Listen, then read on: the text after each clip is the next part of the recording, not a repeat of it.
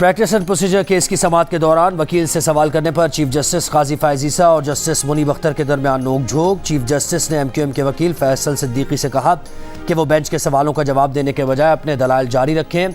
वो हर सवाल का जवाब देंगे तो समाअत मुकम्मल नहीं हो सकेगी। अगर किसी ने अपना जहन पहले ही बना लिया है तो वो अपने फैसले में लिख देगा। जिस पर जस्टिस मुनीब अख्तर ने कहा कि यहाँ सवाल पहले जहन बनाने का नहीं है, बेंच का हिस्सा होने के नाते सवाल करने के हक का है। अफसोस से कहना पड़ रहा है कि उनके हर सवाल में मुदाखलत की जाती है। चीफ जस्टिस ने कहा कि सवाल करना हक ज़रूर है, मगर वकील की दलील मुकम्मल होने के बाद।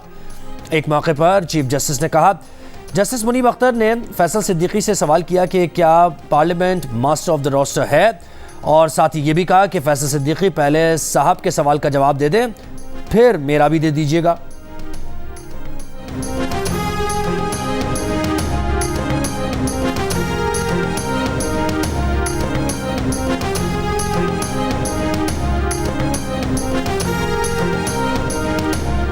हर इदारे को खुद एहतसाबी करनी होगी इससे पहले कि कोई और एहतसाब करे। अगर हर इदारा खुद एहतसाबी करे तो बाहर से किसी को मुदाखलत करनी ना पड़े।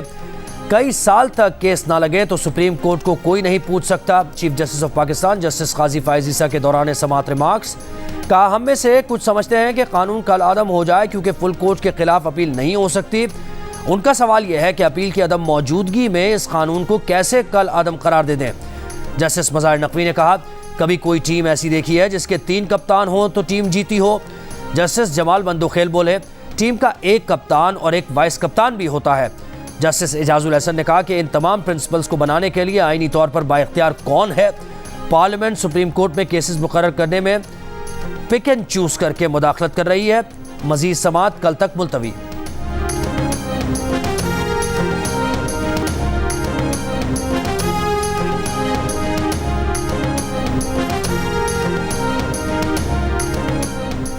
गजा पर इसराइल की बदतरीन बमबारी। चौथे रोज़ भी हमास और इसराइली फ़ौज की झड़पें जारी। इसराइल ने गजा में 200 आदाफ को निशाना बनाया। पनागुज़ीन कैंप पर भी हमले। एम्बुलेंस और इमदादी कारकुन भी निशाने पर। शहीद फ़लस्तीनियों की तादाद 770 हो गई। 3800 ज़ख्मी। इसराइली बमबारी से 3 फ़लस्तीनी सहाफ़ी जाँ बहक। हफ्ते से जारी बमबारी में अब तक 7 सहाफ़ी जाँ बहक हो चुके हैं। गजा की नाकाबंदी सख्त। पानी, बिजली, खुराक और ईंधन की फराहमी मुकम्मल बंद। अक़वाम मुत्तहिदा ने गजा की मुकम्मल नाकाबंदी को बैनुल अक़वामी क़वानीन की खिलाफ वर्जी करार दे दिया। कहा, नाकाबंदी से शहरियों की बका खतरे में आ जाएगी। हमास के तर्जुमान खालिद ख़ुदूमी ने जियो न्यूज़ को बताया कि अल-क़साम ब्रिगेड के मुजाहिदीन अब भी मक़बूज़ा इलाक़ों में 22 मकामात पर लड़ रहे हैं। सैकड़ों इसराइली फ़ौजी हिरासत में हैं।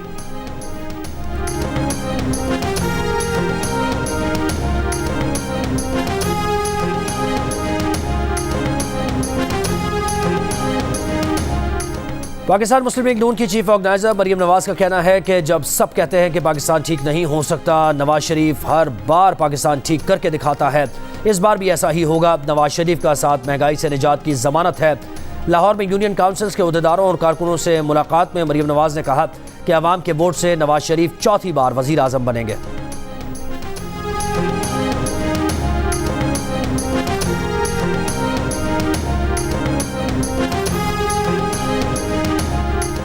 नवाज शरीफ कल सऊदी अरब पहुंचेंगे, उम्रा अदा करेंगे और मदीना मुनव्वरा जाएंगे। 21 अक्टूबर को पाकिस्तान पहुंचेंगे। साबिक़ वज़ीर ख़ज़ाना इसहाक़ डार ने एक इंटरव्यू में बताया कि मियां नवाज शरीफ की वापसी पर गिरफ्तारी का कोई चांस नहीं। ज़राए का कहना है कि नवाज शरीफ के पाकिस्तान जाने के लिए दुबई से स्पेशल तैयारा बुक कर लिया गया है। नवाज शरीफ जिस खुसूसी परवाज़ से पाकिस्तान पहुँचेंगे उसे उम्मीद पाकिस्तान का नाम दिया जाएगा।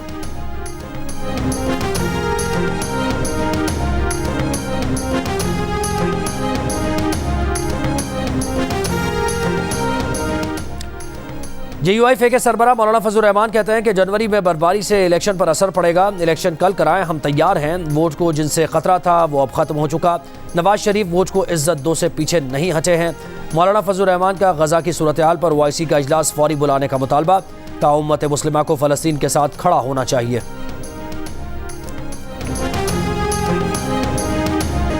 सुप्रिटेंडेंट अडियाला जेल का चेयरमैन PTI की बेटों से फ़ोन पर बात करवाने से इनकार। ऑफिशियल सीक्रेट एक्ट अदालत में जवाब जमा करा दिया। जवाब में कहा गया है कि ऑफिशियल सीक्रेट एक्ट के तहत गिरफ्तार मुल्जिमान की बैरून मुल्क टेलीफोनिक मुलाकात कराने की या टेलीफोनिक बात कराने की इजाज़त नहीं।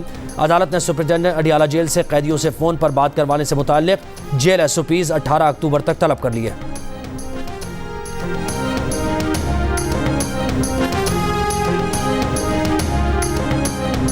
बलूचिस्तान की एपेक्स कमेटी का कोयटा में इजलास। निगरान वज़ीर आला, निगरान वज़ीर आज़म अनवारुल्लाह काकड़ और आला फौजी और सिविल हुकाम शिरकत करेंगे।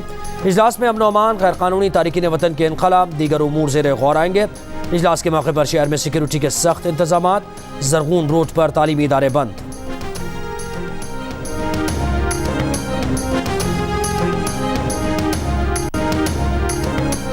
लाहौर डिवीजन में 2 माह तक हर बुध को वर्क फ्रॉम होम होगा। कमिश्नर लाहौर का कहना है कि स्मॉग की रोकथाम के लिए ताजिरों ने बुध की छुट्टी की हिमायत की है। लाहौर डिवीजन में स्मॉग की रोकथाम के लिए दफ़ा 144 नाफिज। ज़ेर तामीर इमारत के बाहर मलबा रखने या फेंकने पर कानूनी कार्रवाई होगी।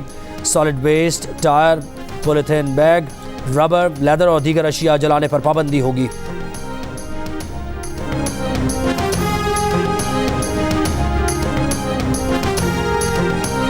इस्लामाबाद के सेक्टर I-12 की अफगान बस्ती में ऑपरेशन। गैर कानूनी मुकीम अफराद के खिलाफ कार्रवाइयाँ। हुकाम का कहना है कि सेक्टर I-12 से अफगान बस्ती को आज शाम तक ख़त्म कर दिया जाएगा।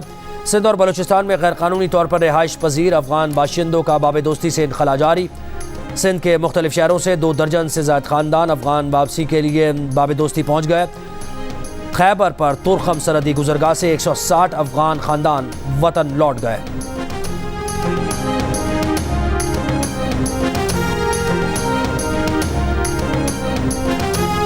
सिंध का छोटा सा कस्बा कई दुखों का मुदावा बन गया। पाक फ़ज़ाइया के शहीद फ्लाइट लेफ्टिनेंट राशिद खान के नाम पर बसाया गया कस्बा राशिदाबाद में क़ुव्वत गोयाई और समाज से महरूम बच्चों के स्कूल भी हैं और खुसूसी बच्चों के इलाज के मराकज़ भी, अस्पताल भी हैं और डायलिसिस सेंटर्स भी, मुस्तहिक़ अफराद के खाने पीने का इंतज़ाम भी और मुअम्मर अफराद के लिए घर भी हैं।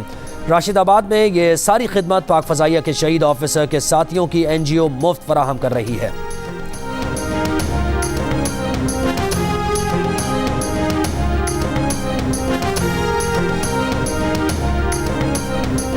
ईरान के सुप्रीम लीडर आयतुल्लाह ख़ामेनी की हमास के हमले में ईरान के मुलव्वस होने के मगरबी दावों की तरदीद। कहा सहूनी हुकूमत के अपने इक़दामात ही उसके ज़िम्मेदार हैं। हमास का हमला इसराइली फ़ौज इंटेलिजेंस की नाकाबिल तलाफ़ी शिकस्त है। सहूनी हुकूमत पर हमले की मनसूबाबंदी करने वालों के हाथ चूमते हैं। इराक़ के आलिम दीन आयतुल्लाह सिस्तानी की मुसलमानों से इसराइली जारियत के ख़िलाफ़ फ़लस्तीनियों का साथ देने की अपील।